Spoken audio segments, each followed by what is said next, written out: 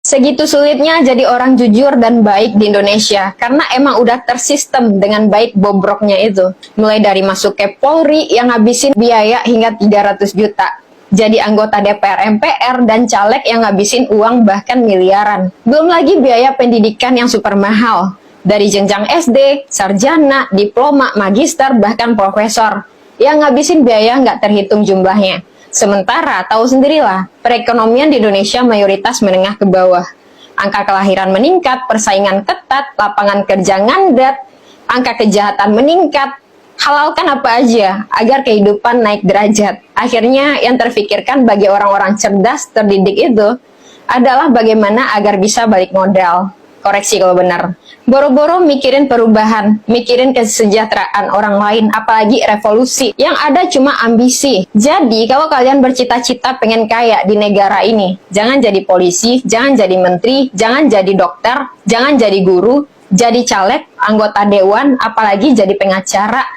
Jadi pedagang aja tuh di pasar, jelas. Karena profesi-profesi mulia yang saya sebut di atas tidak pantas untuk orang-orang yang isi otaknya kapitalis. Profesi mulia yang saya sebut di atas seperti lebih ke pengabdian untuk khalayak umum. Orang yang udah puas sama dirinya dan ingin berdampak bagi orang lain.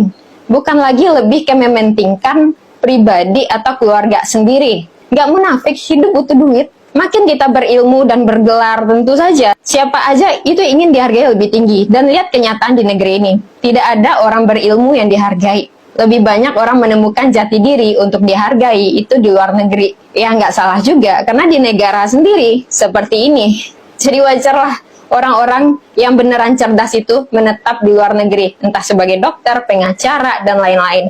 Ya, karena apa yang mereka dapatkan itu sesuai. Sementara di negara ini udah tersistem. Kita kerja mati-matian, sekeras-kerasnya, penghasilan tetap ala kadarnya. Makin berilmu tinggi, makin tidak dihargai. Makanya banyak terjadi korupsi. Bukan berarti saya suruh naikin gaji pejabat loh. Maksud dari video ini, kalau kalian cuma mau cari kaya, jangan ambil profesi yang saya sebut tadi. Kayalah sekaya-kayanya, tapi jangan culas.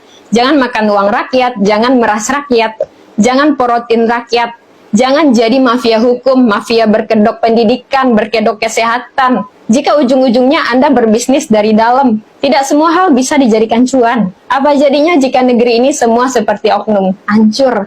Kalian pergi ke dokter, ketemu oknum. Dokter bilang biaya berobatnya 500 juta, padahal sakitnya nggak seberapa. Lalu dokternya gilaan mobil, lapor polisi, dimintai duit 100 juta, dengan alasan perlu proses hukum dan bayar pengacara segala.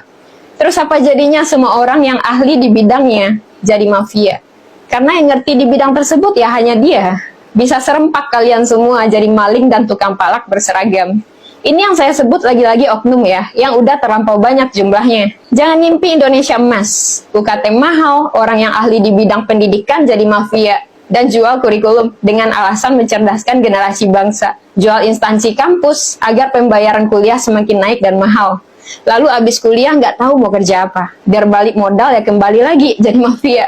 Lah begitulah siklusnya kehidupan yang terjadi saat ini di Konoha. Jadi orang baik dan jujur akan terus dimiskinkan. Semua orang lebih memilih menjilat ke pejabat. Halalkan praktek orang dalam, nepotisme, agar hidup tetap dalam keberlanjutan. Makan tuh keberlanjutan. Yang digaungkan selama ini bukan buat rakyat, tapi buat kalangan pejabat dan antek-anteknya. Terutama bagi keluarga Pak Wowi dan keturunannya. Saking susahnya hidup di Konoha. Labrak saja aturan, hidup kan nggak pakai hati nurani. Praktek oligarki, kejar ambisi. Jadi nggak usah baper sama bacot anak kemarin sore kayak saya. Hiduplah sekarang sesuka Anda, tapi ingat, ntar juga dihisap kok.